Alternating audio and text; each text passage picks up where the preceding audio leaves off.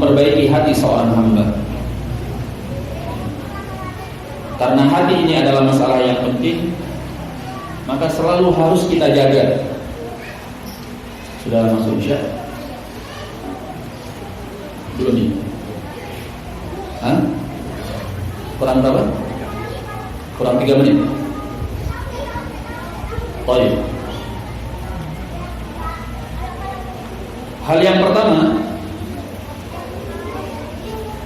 dari sebab-sebab yang bisa menjaga hati seorang hamba agar tetap lurus, istiqamah di dalam menggapai ridha Allah Subhanahu wa taala, yang pertama adalah dengan talabul ilm, menuntut ilmu agama.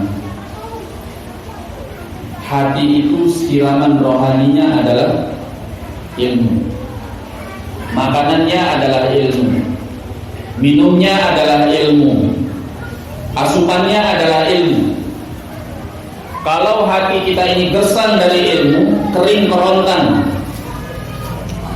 ya, jarang sekali kita siram dengan tuntunan-tuntunan agama, maka hati yang kita punya semakin lama akan semakin bengkok, akan semakin jauh, dan akan semakin menyimpang dari jalan Allah Subhanahu wa ta'ala. Dan itu sudah pasti, ya. Oleh karena itulah Rasulullah sallallahu alaihi wa ala alihi wasallam,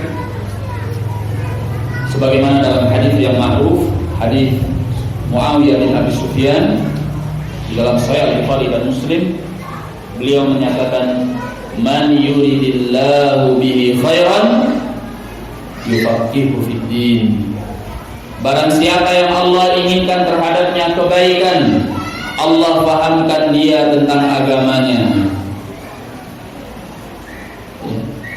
Mafhumul mukhalafah dari hadis ini, kalau Anda tidak rajin taklim, berarti Allah menginginkan kepada Anda keburukan dan kejelekan dunia dan akhirat. Kalau Anda orang yang dipilih oleh Allah untuk kebaikan, ya, untuk mencapai ridhanya, dan pada akhirnya Anda sampai kepada surga Allah Subhanahu wa ta'ala, Allah akan buat hati Anda cinta kepada ilmu. Anda akan dibuatnya rajin untuk belajar agama, rajin taklim. Karena jelas pernyataan Nabi dalam hadis ini, man yuridillahu bihi khairan yufaqihu fid din. Orang yang Allah ingin terhadapnya kebaikan, Allah fahamkan dia tentang agama. Dengan ilmu agamalah kita sampai kepada surga Allah Subhanahu wa ta'ala. Dalam hadis Abi Hurairah dalam riwayat Muslim, Nabi sallallahu alaihi wasallam menyatakan, man salaka tariqan yaltamisu fihi ilman sahhalallahu lahu bihi tariqan ilal jannah. Barang siapa yang menempuh sebuah jalan, yang pada jalan tersebut dia mencari ilmu, sahhalallahu bihi tariqan ilal jannah, Allah mudahkan untuknya jalan menuju surga. Karena kejahilan itu adalah penyakit hati. Penyakit hati yang paling berbahaya adalah kejahilan. Jahil terhadap agama. Orang kalau sudah jahil terhadap agama, segala kemungkinan dari keburukan yang paling buruk, yang paling jelek, yang paling dimurka oleh Allah mungkin terjadi pada orang tersebut, ya. Karena sumber dari segala kejelekan dan keburukan itu adalah kejahilan. Sumber kekafiran, sumber kesyirikan, sumber kebid'ahan, sumber kemaksiatan, sumber dari akhlak-akhlak yang buruk, semuanya karena kejahilan. Berawal dari kejahilan terhadap agama, ya. Oleh karena itu, sumber dari segala kebaikan adalah ilmu, wahyu, Al-Quran dan Sunnah Rasulullah SAW yang menuntun, membimbing, ya, membuat manusia melangkah bisa menggapai ridha Allah Subhanahu wa ta'ala. muslimin rahimani wa rahimakumullah. Kita akan sedikit melanjutkan pembahasan kita dari tema mengenai menata hati dalam cahaya ilahi. Tadi telah kita jelaskan bahwa salah satu sebab yang bisa membuat seorang hamba mempunyai hati yang baik adalah dengan menuntut ilmu agama. Dan Nabi SAW telah menegaskan talabul ilmi fardhun 'ala kulli muslim. Menuntut ilmu itu adalah kewajiban bagi setiap muslim tanpa memandang usia dan umur seseorang. Jadi yang harus kita pahami bahwa belajar agama itu bukanlah kewajiban santri yang ada di pondok pesantren, ya. Tapi belajar ilmu agama untuk semua kaum muslimin, yang laki, yang perempuan, yang tua, yang muda, yang besar, yang kecil, siapapun. Karena Nabi SAW sudah menegaskan demikian. Talabul ilmi fardhun 'ala kulli muslim. Menuntut ilmu itu wajib hukumnya atas setiap muslim. Dan ilmu yang wajib harus kita pelajari adalah ilmu yang dengannya kita bisa menegakkan agama kita. Sebagaimana yang dikatakan oleh Imam Ahmad rahimahullah. Ya. Ketika beliau ditanya tentang ilmu yang wajib dipelajari, yaitu ilmu alladzi yaqumu bihi din. Ilmu yang dengannya dia bisa menegakkan agamanya. Dan tentunya yang paling wajib dan memang sangat fundamental untuk kita pelajari, karena ini sangat terkait dengan kebaikan atau keburukan hati kita, yaitu masalah akidah, terutama masalah tauhid kepada Allah Subhanahu wa taala. Bagaimana kita bisa benar-benar menjadi seorang hamba bagi Allah dan bukan hamba bagi yang selainnya, bukan hamba bagi harta, bukan hamba bagi dunia, bukan hamba bagi syahwat, bukan hamba bagi hawa nafsu, bukan hamba bagi jabatan, bagi kedudukan, bukan hamba bagi yang selainnya. Bagaimana kita bisa benar-benar menjadi hamba bagi Allah saja. Qul inna salati wa nusuki wa mahyaya wa mamati lillahi rabbil alamin la syarika lahu wa bidzalika umirtu wa ana awwalul muslimin. Katakanlah wahai Nabi, sesungguhnya salatku dan seluruh ibadahku, bahkan hidupku dan matiku adalah milik Allah Rabbul Alamin, tidak ada sekutu baginya. Itulah yang diperintahkan kepadaku, dan aku adalah orang yang pertama kali mempasrahkan diri kepadanya. Ilmu tauhid. Karena kotoran hati, penyakit hati yang membuat seorang hamba sangat buruk di hadapan Allah adalah syirik kepadanya. Sampai-sampai Allah tidak mau mengampuni perbuatan syirik. Dan seorang kalau sudah terbentuk hatinya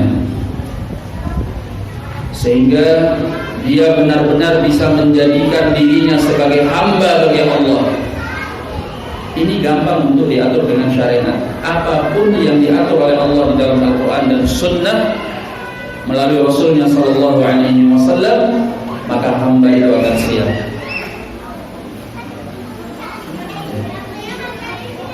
Makanya selama 13 tahun Nabi Sallallahu Alaihi Wasallam di kota Mekah, apa yang beliau ajarkan kepada para sahabatnya tentang tauhid, perkara akidah yang membenarkan hati, meluruskan hati, membuat hati seorang hamba benar-benar menjadi hamba bagi Allah, bukan hamba bagi yang selainnya.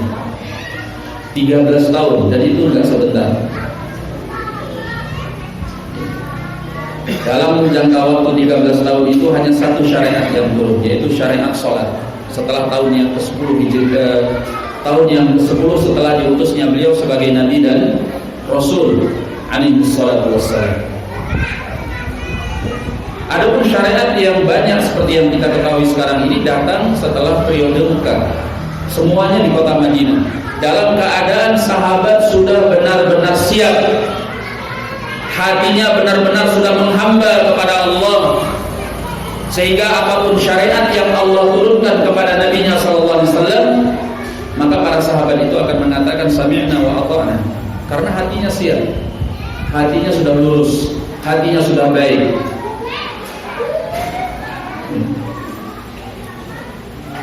Bahkan datang syariat untuk mengorbankan nyawa dengan jihad fi sabilillah, nggak ada di antara sahabat itu yang menolak. Bahkan mereka berlomba-lomba untuk menyumbangkan nyawanya di jalan Allah. Kalau kita sekarang cuma menyumbangkan sedikit harta saja masih berat, karena memang hati kita nggak lurus, hati kita masih bengkok, hati kita penuh dengan kotorannya, penuh dengan penyakitnya. Ya.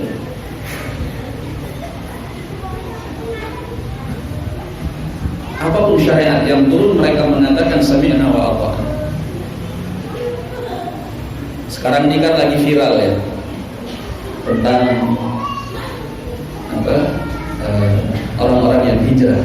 Ya, hijrah ya istilahnya. Ya. Heboh nih, hijrah. Masya Allah. Ya, bahkan kalangan pejabat, kalangan artis heboh dengan kalimat hijrah. Tapi tak sedikit pula dari orang-orang yang hijrah itu ternyata dalam perjalanan waktu akhirnya mereka kembali lagi kepada kondisi yang semula.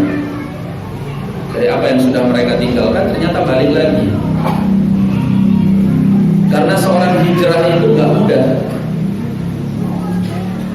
Kalau hijrahnya karena hanya euforia saja, ya, karena memang lagi trennya seperti itu sebentar akan berubah, balik lagi seperti semula, bahkan bisa jadi lebih parah. Karena untuk seseorang benar-benar bisa berpegang kepada agama ini membutuhkan hati yang siap, hati yang berjuang di jalan Allah, hati yang kuat, hati yang sabar, hati yang bersih, hati yang selamat. Nggak mudah. Sehingga kalau seorang hijrah, kemudian ketika dia hijrah hanya sekedar euforia saja, yang dia pedulikan adalah penampilan lahiriahnya. Kemudian kalaupun ngaji ya sekedar ya kajian-kajian yang bersifat masalah akhlak, masalah muamalah kayak gitu ya.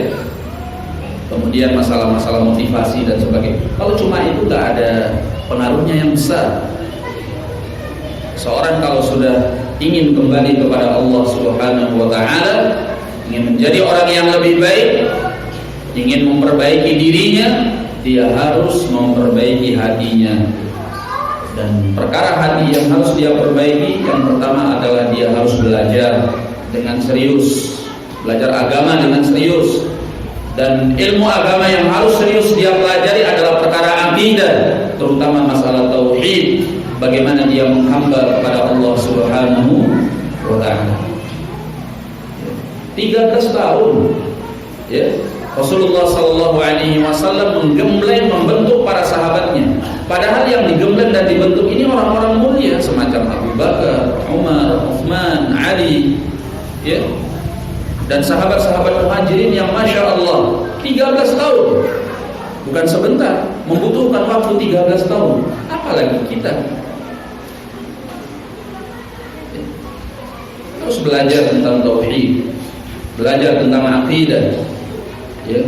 Karena inilah yang akan menentukan amal ibadah kita akan diterima oleh Allah Subhanahu wa taala atau tidak. Karena ibadah yang benar kalau dilakukan dengan akidah yang salah atau ketauhidan yang menyimpang, maka amalan itu bisa ditolak oleh Allah Subhanahu wa ta'ala. Kan syaratnya sebuah amal itu ada dua. Pertama ikhlas, murni untuk Allah. Yang kedua mengikuti sunnah Rasulullah sallallahu alaihi wasallam. Ikhwani ma'asyiral muslimin, para jemaah sekalian rahimani wa rahimakumullah. Hal yang kedua yang bisa membuat seorang hamba memperbaiki dan membenarkan hatinya adalah di mana seorang hamba hendaknya banyak mengingat Allah Subhanahu wa ta'ala, banyak berzikir kepada Allah. Karena zikir kepada Allah Subhanahu wa ta'ala yang bisa menenangkan hati kita. Hati kalau sudah tenang, maka datang kepadanya kebahagiaan.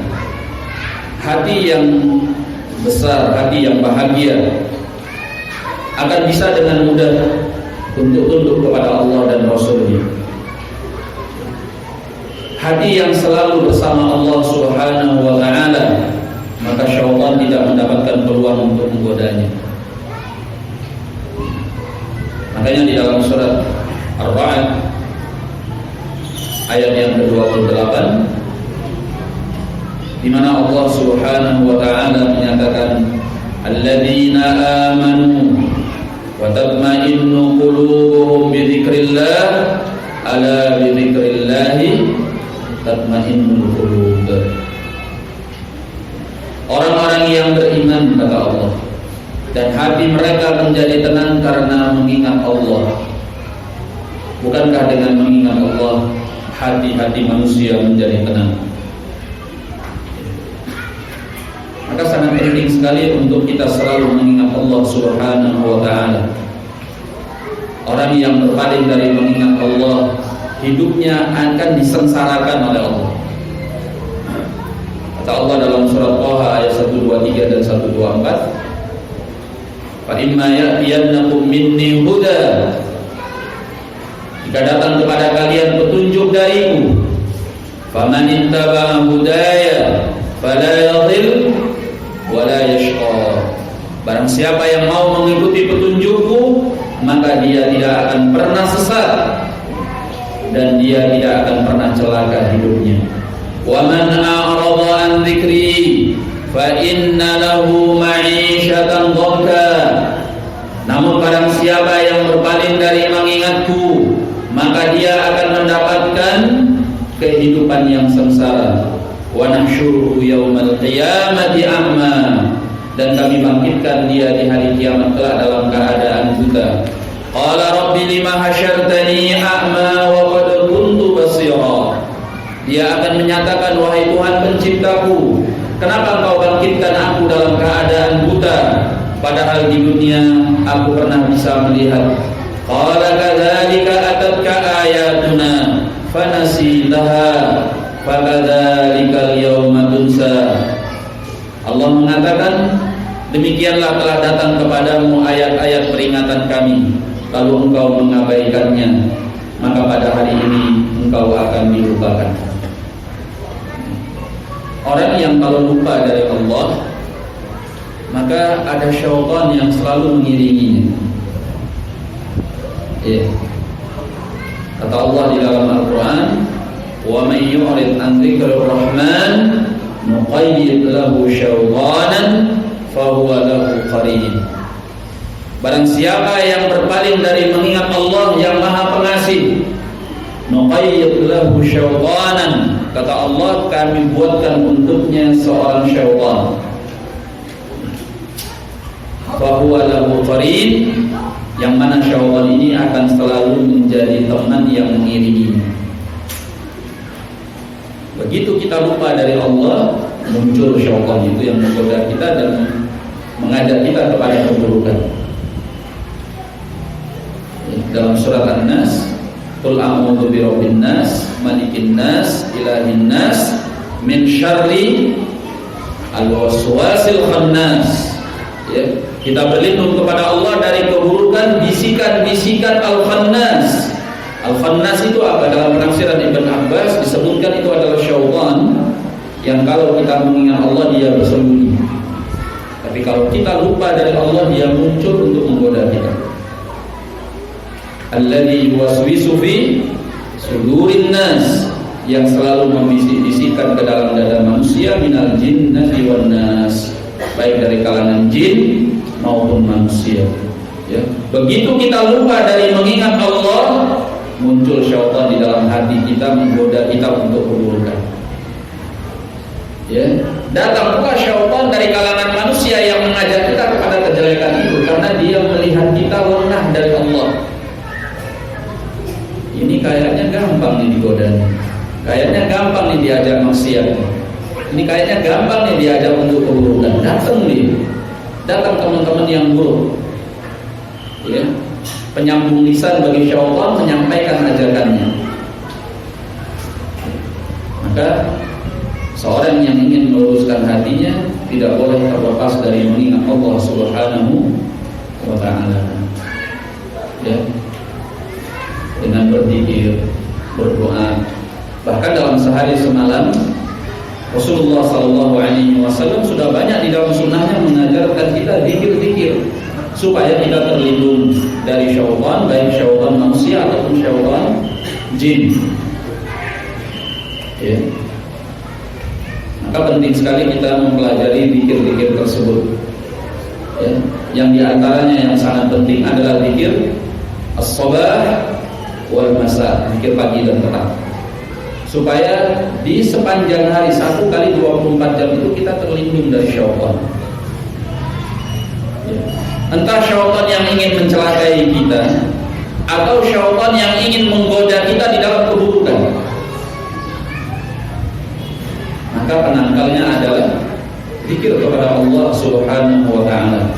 Demikian pula yang tak kalah pentingnya, zikir yang sangat mulia dari seluruh zikir yang ada, yaitu membaca Al-Quranul Karim. Karena Al-Quran adalah kalamullah, ucapan Allah Subhanahu wa ta'ala. Ya. Sehingga dengan membaca Al-Quran itu, ya, dengan memahami maknanya, memahami kandungannya, ya, bertambah keimanan kita, datang petunjuk dari Allah, hati kita semakin lembut, semakin halus, ya. Bahkan mungkin mudah bagi kita untuk mengucurkan air mata karena merasa takut kepada Allah Subhanahu wa ta'ala. Sehingga hati kita merasa semakin dekat kepada Allah. Kalau kita jarang membaca Al-Quran, hati kita semakin lama semakin keras, semakin lama semakin keras, semakin lama semakin keras. Al-Quran itu adalah pelipur lara, penghilang segala kegundahan, penghilang segala kesedihan, embun penyejuk di dalam hati. Orang kalau dekat dengan Al-Quran, sering dia membacanya, hatinya akan baik. Maka salah satu doa yang dibaca oleh Rasulullah SAW, sebagaimana di dalam hadis Abdullah bin Mas'ud dalam riwayat Imam Ahmad dan disebutkan oleh Syekh Al-Albani rahimahullah ta'ala, Nabi SAW mengucapkan, Allahumma inni as'aluka bi kulli ismin huwa lak sammaita bihi nafsak aw allamtahu ahad aw anzaltahu fi kitabik aw 'allamtahu ahadan min khalqik an taj'ala al-Qur'ana rabi'a qalbi wa nura sadri wa jalaa huzni wa dhahaba hammi.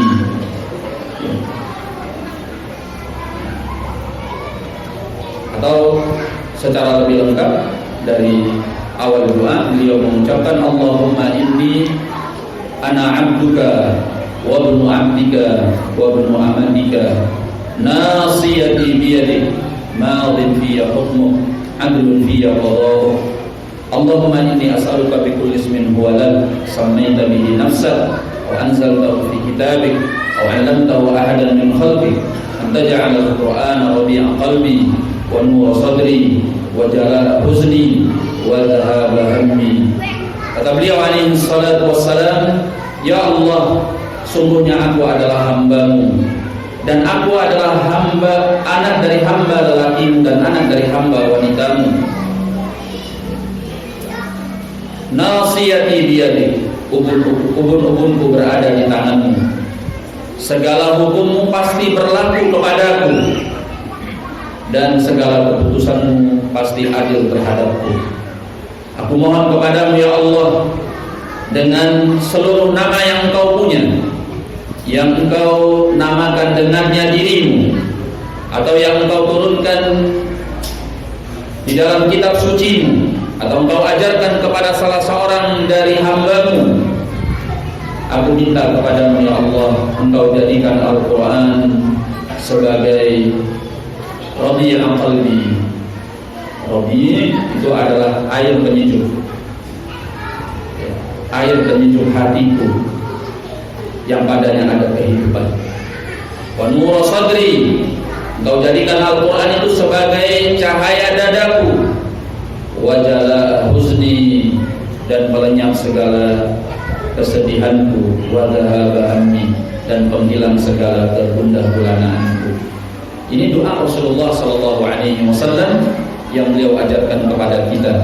Barang siapa yang membacanya, kata beliau, maka Allah akan hilangkan segala kesedihan dan kegundah gulanaannya, dan Allah gantikan dengan kegembiraan dan kesenangan. Yang menjadi perhatian kita dalam doa beliau ini, bahwa Al-Quran adalah penyejuk jiwa. Maka zikir yang paling utama itu adalah membaca Al-Quranul Karim, sebagaimana yang dikatakan oleh Syekhul Islam Ibnu Taimiyah rahimahullahu ta'ala. Sering-seringlah membaca Al-Quran supaya hati kita lurus, dan jangan hanya sekedar membaca teks lafadznya saja, terutama bagi orang yang nggak ngerti bahasa Arab. Bacalah pula terjemahannya, supaya kita ngerti apa yang kita baca. Jangan sampai kita membaca Al-Quran itu seperti dukun yang membaca mantra-mantra, gak paham apa yang dibacanya, sehingga gak ada pengaruhnya ke dalam hati. Al-Quran itu akan mendatangkan keimanan yang hebat kalau kita baca dengan tadabbur, memikirkan, memahami, meresapi, menghayati apa yang terkandung di dalam ayat-ayat yang kita baca. Apa kata Allah di dalam Al-Quran? Afala yatadabbaruna al-Quran amma ala qulubin aqfaluha. Apakah mereka tidak mau mentadabburi Al-Quran, atau hati-hati mereka telah terkunci? Apalagi kalau kita membacanya di sepertiga malam yang terakhir. Kita bangun jam 2 malam, jam setengah 3 malam, kemudian kita baca Al-Quran setelah kita melaksanakan sholatul lail atau di dalam sholatul lail, ya, dengan keadaan kita memahami kandungannya. Itu tanpa terasa seorang hamba yang hatinya lurus kepada Allah akan memunculkan air mata karenanya. Itu kondisi keimanan yang luar biasa. Ini akan membenarkan, meluruskan, memperbaiki hati seseorang. Bayangkan kalau kita bisa melakukannya pada setiap malam, ya. Maka ini hal yang kedua, yaitu selalu mengingat Allah Subhanahu wa ta'ala. Nah, hal yang ketiga dari sebab yang membuat seorang hamba bisa mempunyai hati yang lurus, hati yang baik, di samping zikir kepada Allah Subhanahu wa ta'ala, tentunya adalah menjauhi perbuatan-perbuatan dosa. Apakah itu dosa besar, dan demikian pula dosa kecil. Jangan sampai kita berlarut-larut dalam dosa kecil. Dosa-dosa kecil itu kalau sudah dilakukan secara terus-menerus, apa yang terjadi? Menjadi dosa besar. Ya, makanya kata ahlul ilm, la saghirata ma'al israr wa la kabirata ma'at taubah. Ya, tidak ada dosa kecil kalau dilakukan secara terus-menerus, dan tidak ada dosa besar bila seorang sudah bertaubat kepada Allah Subhanahu wa ta'ala. Ya. Dalam surat Al-Mutaffifin ayat yang ke-14, Allah Subhanahu wa taala menyatakan, kalla barrana ala qulubihim ma kanu yaksibun. Ya. Sekali-kali tidak, bahkan telah menutupi atas hati-hati mereka dosa-dosa yang selama ini mereka perbuat. Sebagaimana yang diberitakan oleh Nabi SAW, setiap kita melakukan perbuatan dosa, maka ada satu titik hitam yang diletakkan pada hati kita. Satu titik hitam, satu titik hitam, satu titik hitam, satu titik hitam. Lama-lama hati kita itu gelap gulita, menghitam. Kalau sudah menghitam seperti ini, maka hati tidak lagi mengenali mana yang baik dan tidak lagi bisa mengingkari mana yang mungkar. Kalau sudah seperti ini, ya udah parah. Yang hanya diperturutkannya, kata Rasulullah SAW, ma usyriba min hawa nafsu yang diberikan kepadanya. Ya. Hatinya sudah seperti kalbuz muzakhiyah, seperti bejana yang tertelungkup. Coba antum lihat bejana yang tertelungkup, ya. Misalnya ini gelas, coba keluarkan dulu airnya, kemudian antum balik seperti ini. Lalu antum tuangkan lagi air ke dalamnya, bisa masuk nggak? Ya. Mau antum tuangkan air satu bak mandi yang besar, nggak akan bisa memenuhi gelas yang sekecil ini kalau gelas ini tertutup. Artinya kalau hati itu sudah gelap dengan kemaksiatan, nggak ada kebaikan yang bisa menyentuhnya, nggak ada peringatan Allah yang bisa memperbaikinya, nggak ada tuntunan Rasulullah SAW yang bisa meluruskannya, karena hatinya sudah gelap, tidak lagi menerima cahaya. Itu bahayanya kemaksiatan. Ya. Maka di sini kita harus berjuang sedapat mungkin kita menghindari kemaksiatan kepada Allah Subhanahu wa taala. Ya. Kemudian hal yang keempat, kita akan sebutkan 5 saja karena keterbatasan waktu kita. Hal yang keempat dari perkara yang bisa membuat seorang hamba mempunyai hati yang lurus, hati yang baik, adalah tidak tenggelam di dalam kerakusan dan ketamaan terhadap dunia. Salah satu sebab seorang hamba mengotori hatinya dengan berbagai macam syahwat dan barangkali juga dengan syubhat, pemikiran-pemikiran yang menyimpang, sebab rakus terhadap dunia, tamak terhadap dunia, ya.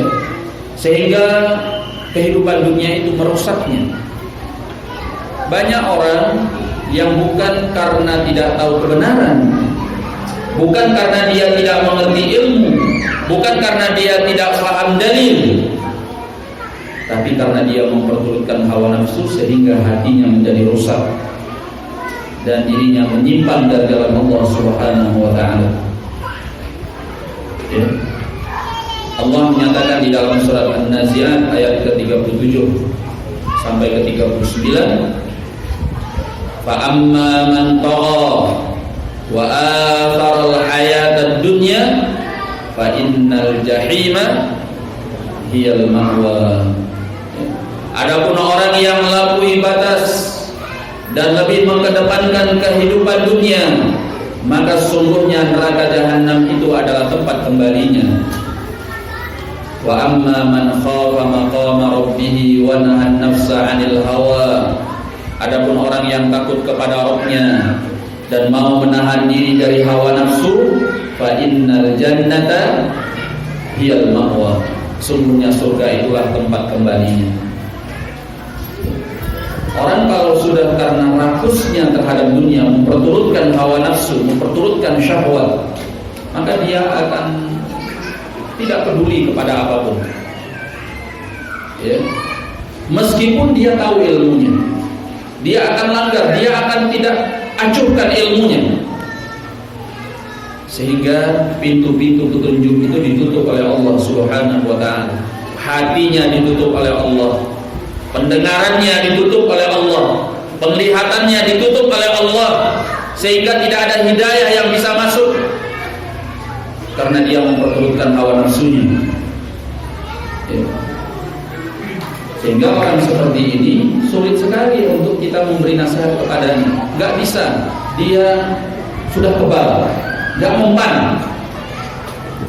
Karena masalahnya bukan karena dia tidak tahu, tapi dia memperturutkan hawa nafsu.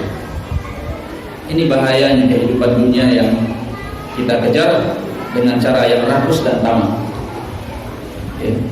Dalam surat Al-Jathiyah ayat yang ke-23, Allah Tabaraka wa Ta'ala mengatakan, afara'aita man ittakhadha ilahahu hawa. Apakah kau tidak melihat orang yang menjadikan hawa nafsunya sebagai Tuhannya, sebagai sesembahannya, ya. Dia perturutkan hawa nafsunya. Wa adallahu Allahu ala ilm. Allah sesatkan dia di atas ilmu. Allah sesatkan bukan karena dia bodoh, justru karena dia berilmu. Ini bahayanya, ya. Kalau kita memperturutkan hawa nafsu dengan cara yang rakus dan tamak terhadap kehidupan dunia. Dan ini gak sedikit orang yang sudah terjerumus, orang yang sudah menyimpang, ya, orang yang sudah jauh dari tuntunan Allah dan Rasulnya karena kehidupan dunia. Kalau seorang sudah memperturutkan hawa nafsunya, maka ilmu tidak akan menyelamatkannya. Lalu apa kata Allah dalam lanjutan ayat ini? Wa adallahu Allahu ala ilm wa khatama ala sam'ihi wa qalbi. Ya, Allah sesatkan dia di atas ilmu, dan Allah menutup pendengarannya dan juga hatinya. Wa ja'ala ala basarihi ghishawa, dan Allah jadikan pada penglihatannya juga ada tutupan. Sumber petunjuk itu kan ada 3. Melihat, ya, melihat ciptaan-ciptaan Allah, melihat ayat-ayat Allah, melihat sunnah Rasulullah SAW yang tertuang di dalam hadis-hadisnya, atau mendengar peringatan-peringatan Allah, tuntunan-tuntunan Rasulnya SAW, ya, mendengar kebaikan, mendengar ajakan kepada surga, ancaman dari api neraka dan sebagainya. Yang ketiga, hati yang mau menerima, hati yang mau memahami, hati yang mau menampung petunjuk dari Allah Subhanahu wa Ta'ala. Lah, kalau ketiganya sudah ditutup oleh Allah, penglihatan ditutup oleh Allah, pendengaran ditutup oleh Allah, hatinya ditutup oleh Allah, lalu petunjuk itu mau masuk dari mana? Ya. Makanya orang yang memperturutkan hawa nafsu dan syahwatnya, rakus terhadap dunia dan tidak mempedulikan agama Allah, sulit biasanya untuk diselamatkan. Hatinya sudah rusak serusak-rusaknya. Makanya Allah pertanyakan di akhir ayat sebagai bentuk pengingkaran, faman yahdihi min ba'dillah. Siapa yang bisa memberinya hidayah setelah dia ditinggal oleh Allah Subhanahu wa Ta'ala? Rakus dan tamak terhadap kehidupan dunia akan merusak seseorang. Bukan saja orang awam yang rusak karena tamak dan rakus terhadap dunia. Banyak orang-orang yang berilmu sudah rusak karena rakus dan tamaknya dia terhadap dunia. Dia jual agamanya, dia jual ilmunya, dia gadaikan apa yang dia ketahui selama ini hanya demi kesenangan dunia yang sedikit. Ya. Dan jeleknya kalau orang berilmu sudah sesat karena tamak terhadap dunia, itu tidak hanya menyesatkan dirinya sendiri, tetapi juga menyesatkan orang lain. Ya, wal mughil, sesat lagi menyesatkan. Ya. Lamakan Saudi Arabia, gelarnya doktor, bahkan disertasinya ketika mengambil doktor, gelar doktor itu tentang akidah, ya. Tapi sampai di Indonesia yang dimusuhinya adalah dakwah tauhid dan orang-orang yang mengajak kepada ketauhidan kepada Allah Subhanahu wa Ta'ala. Ya, karena jabatan yang sedikit, karena kesenangan dunia yang gak seberapa. Ya. Makanya kita jangan meremehkan tentang masalah rakus dan tamak terhadap dunia ini. Banyak dari ikhwan-ikhwan kita juga yang sekarang sudah tidak ngaji lagi, patah semangatnya untuk beragama, atau yang diistilahkan dengan futur. Kenapa? Sibuk dengan dunia. Akhi, kenapa antum nggak ngaji sekarang? Iya, anak sibuk.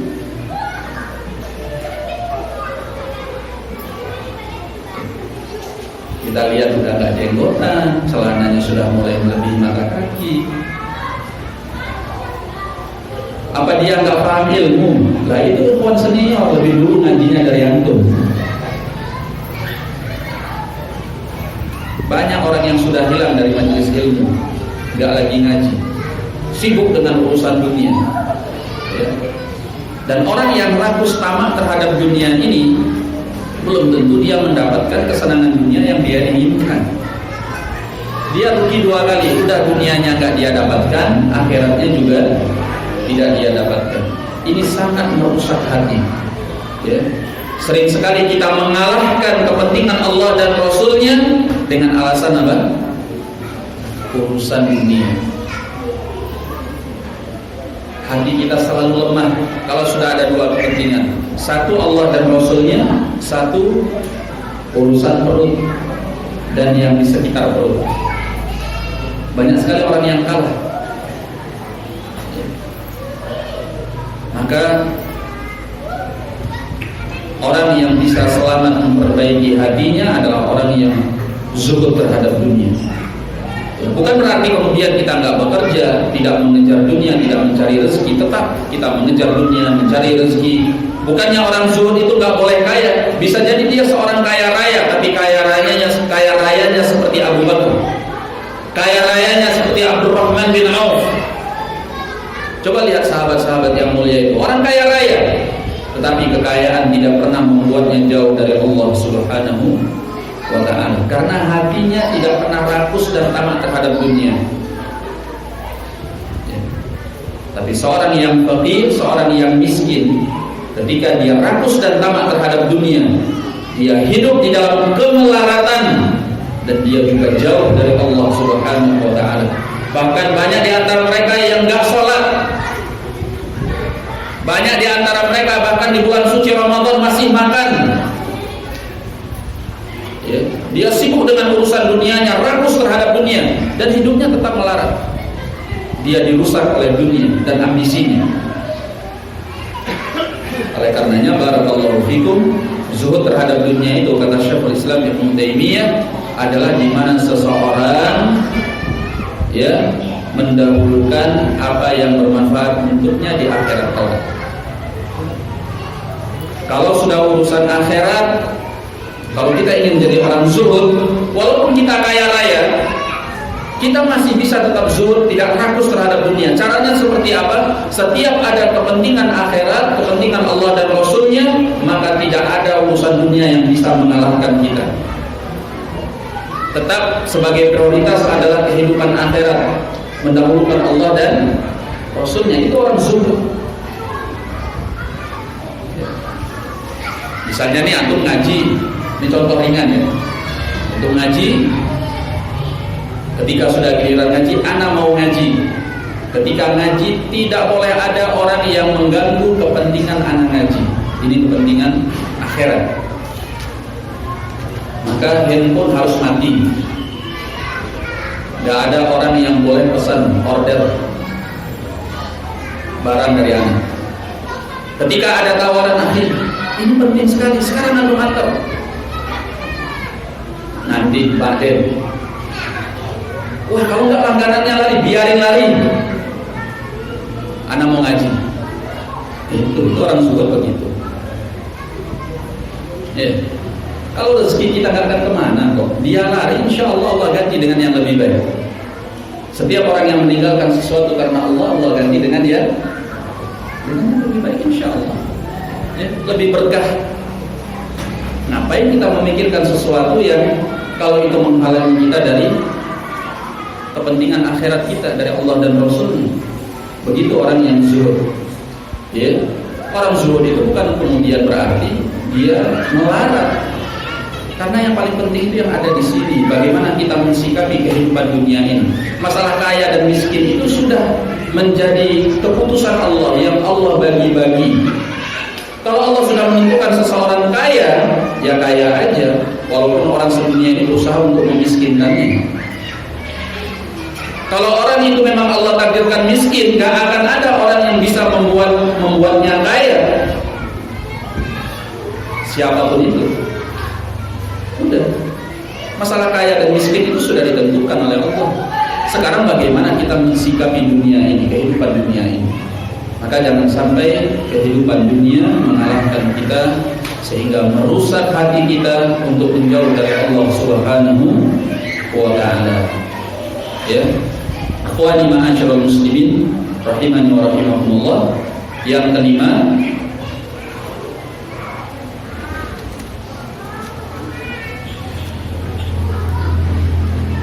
hendaknya seorang hamba kalau dia ingin meluruskan hatinya,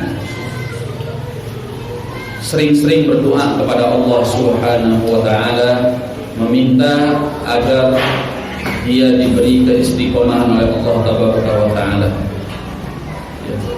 Tadi sudah kita sebutkan doa yang paling banyak dibaca oleh Nabi sallallahu alaihi wasallam, Allahumma ya muqallibal qulub tsabbit qalbi ala dinik.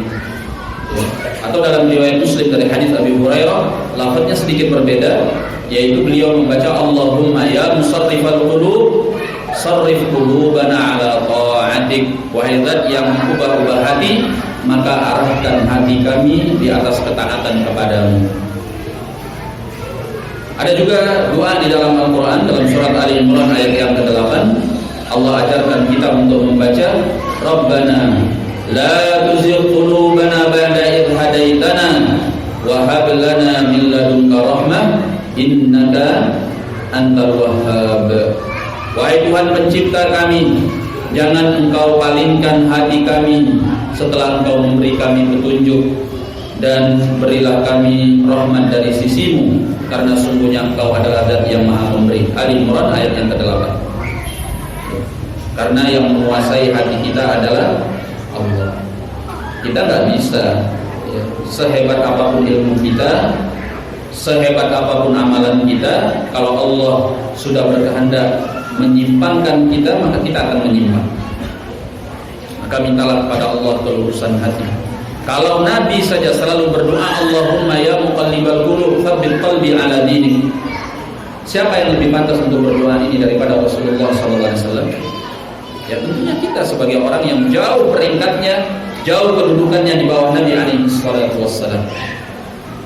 Nah, kemudian ya saya tambahi satu sebagai penutup dari majelis ini. Orang yang ingin memperbaiki hatinya, hendaknya dia mempunyai waktu yang khusus, ya, mempunyai waktu yang khusus untuk berkhalwat dan berpikir tentang dirinya dan hatinya. Kata Syekhul Islam Ibnu Taimiyah rahimahullahu taala, wala budda lil 'abdi min awqatin yanfaridu biha bi nafsihi fi du'aihi wa dzikrihi wa salatihi wa tafakkurihi wa muhasabati nafsihi wa islahi qalbihi. Kata Syekhul Islam Ibnu Taimiyah rahimahullahu taala, hendaklah seorang hamba itu mempunyai waktu-waktu tertentu, yang di waktu-waktu tersebut dia berdoa kepada Allah, dia berzikir kepada Allah, dia salat, dia menggunakan pikirannya, introspeksi dirinya, dan juga memperbaiki hatinya. Ini dikatakan oleh Syekhul Islam Ibnu Taimiyah sebagaimana dalam Al-Fatawa Al-Kubra jilid yang kedua halaman 193. Ya.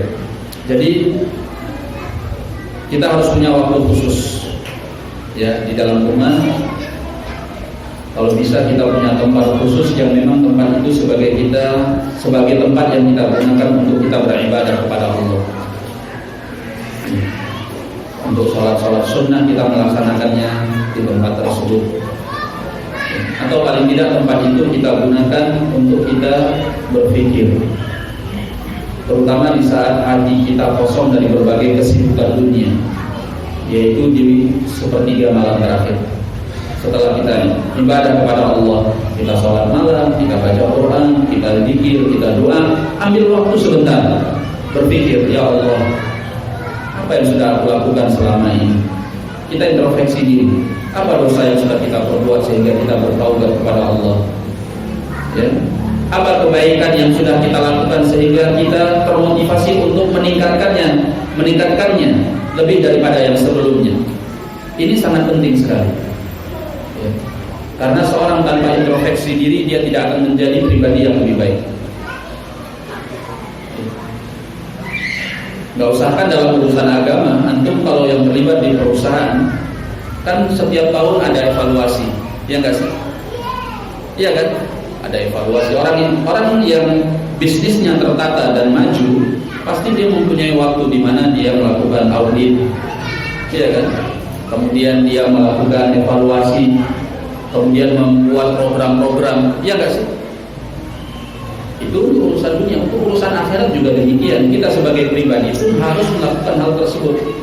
Ya, samping kita beribadah kepada Allah di tengah keheningan malam, kita introspeksi diri. Selain introspeksi diri untuk kita bertaubat kepada Allah, lalu kita memperbaikinya dengan membuat target-target di dalam kebaikan. Misalnya, hari ini saya harus mengamalkan ini, minggu ini saya harus melakukan ini, bulan ini saya harus selesai hafalan ini misalnya, tahun ini saya harus bisa mencapai amalan ini. Jadi ada target yang kita tuju sehingga kita termotivasi. Nah, ini penting sekali, mengambil waktu untuk berkhulwat dengan Allah, memikirkan tentang diri kita dan hati kita. Itu saja, wallahu a'lam bishawab, kajian yang kita sampaikan pada malam hari ini. Semoga bermanfaat, semoga membuat kita semakin dekat kepada Allah Subhanahu wa ta'ala. Ya. Saya buka sesi tanya jawab sekitar 5-10 menit bila ada yang mau bertanya.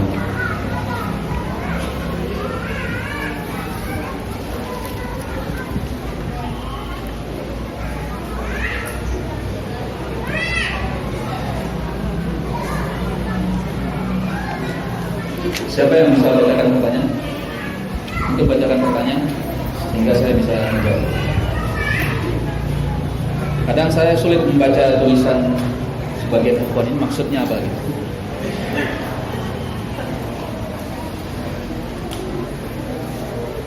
Sini pakai mikrofon. Sebelah sini. Biar yang lain.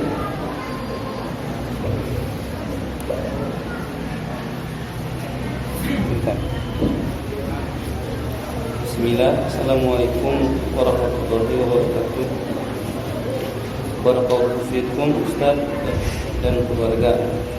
Ana mau bertanya Ustaz, ana dimasukkan suatu grup dan di situ terdapat saudara-saudara ana yang terkena syubhat. Ambil baik, buang yang buruk. Ketika anak ingatkan, mereka membantah. Apakah anak harus bersabar di grup yang sebagian syubhat besar atau anak keluar grup? Jazakallahu khairan. Siapa yang masukkan itu?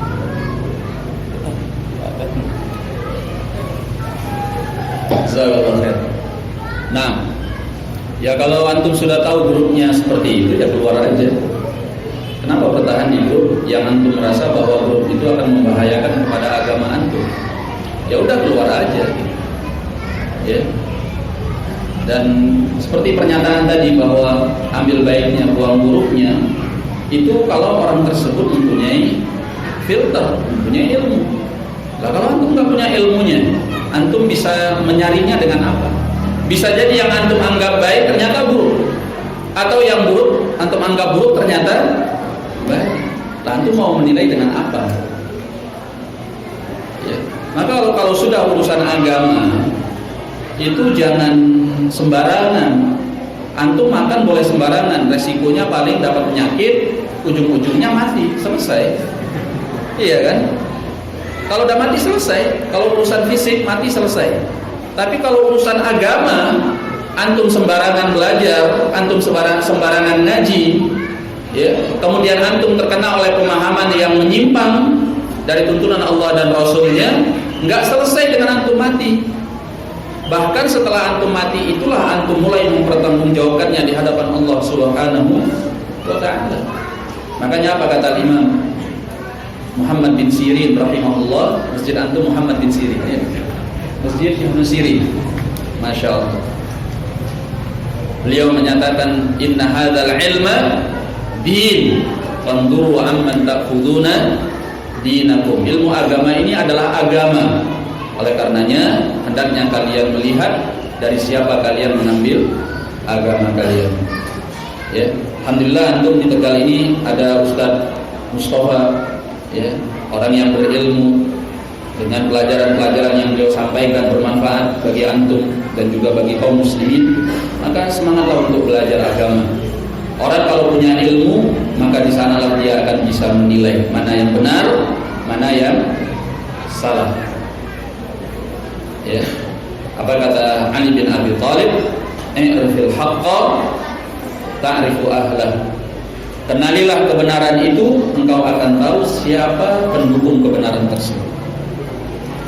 Nah, ikhwani ma'asyiral muslimin rahimani wa rahimakumullah. Jadi kalau ditanyakan apakah saya harus keluar dari grup tersebut, ya keluar aja. Kan antum nggak ditangkap kalau keluar. Ditangkap nggak? Kecuali kalau antum dipenjarakan, nah itu muskil. Baik, Allah. Antum mau bertanya?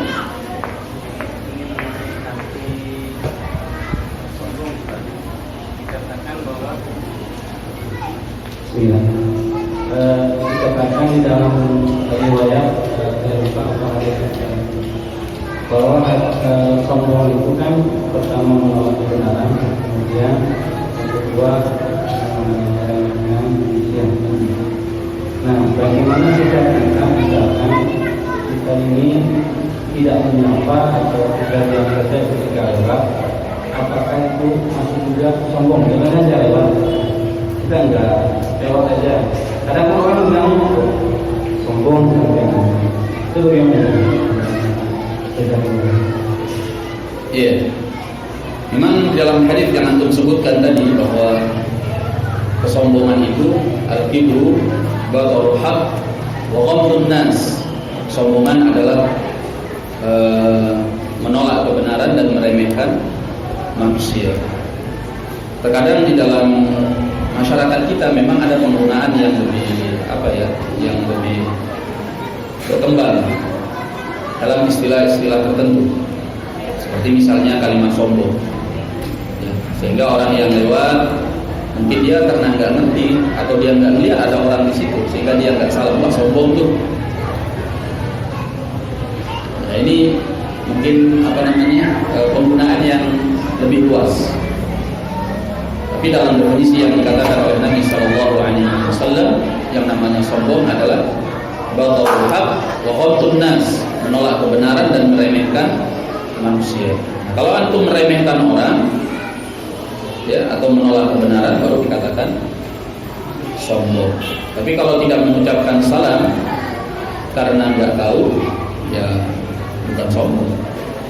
Atau sengaja meninggalkan salam, apa hukumnya mengucapkan salam? Sunnah, tidak wajib. Ya, berarti antum hanya meninggalkan suatu keutamaan. Ya, suatu keutamaan. Nah, tidak menjawab salam dosa, kemaksiatan. Karena hukum menjawab salam adalah wajib. Nah, idza qayyitum bi tahiyyatin faruddu bi ahsana minha. Faruddu bi ayatnya. Wa idza qayyitum bi tahiyyatin fahayyu bi ahsana minha aw rudduha. Kalau disampaikan kepada kalian ucapan selamat, kata Allah, maka balaslah dengan yang semisalnya atau balaslah dengan yang lebih baik atau dengan yang semisalnya. Nah, jadi kalau dikategorikan sebagai kesombongan, ya mungkin itu penggunaan yang sudah lebih luas. Ya, asalnya disebut kesombongan adalah menolak kebenaran dan meremehkan manusia. Wallahu a'lam bishawab. Ada pertanyaan lain? Baik, kita cukupkan dulu sampai di sini. Saya sudahi, lebih dan kurangnya saya mohon maaf. Billahi taufiq. Assalamualaikum warahmatullahi wabarakatuh.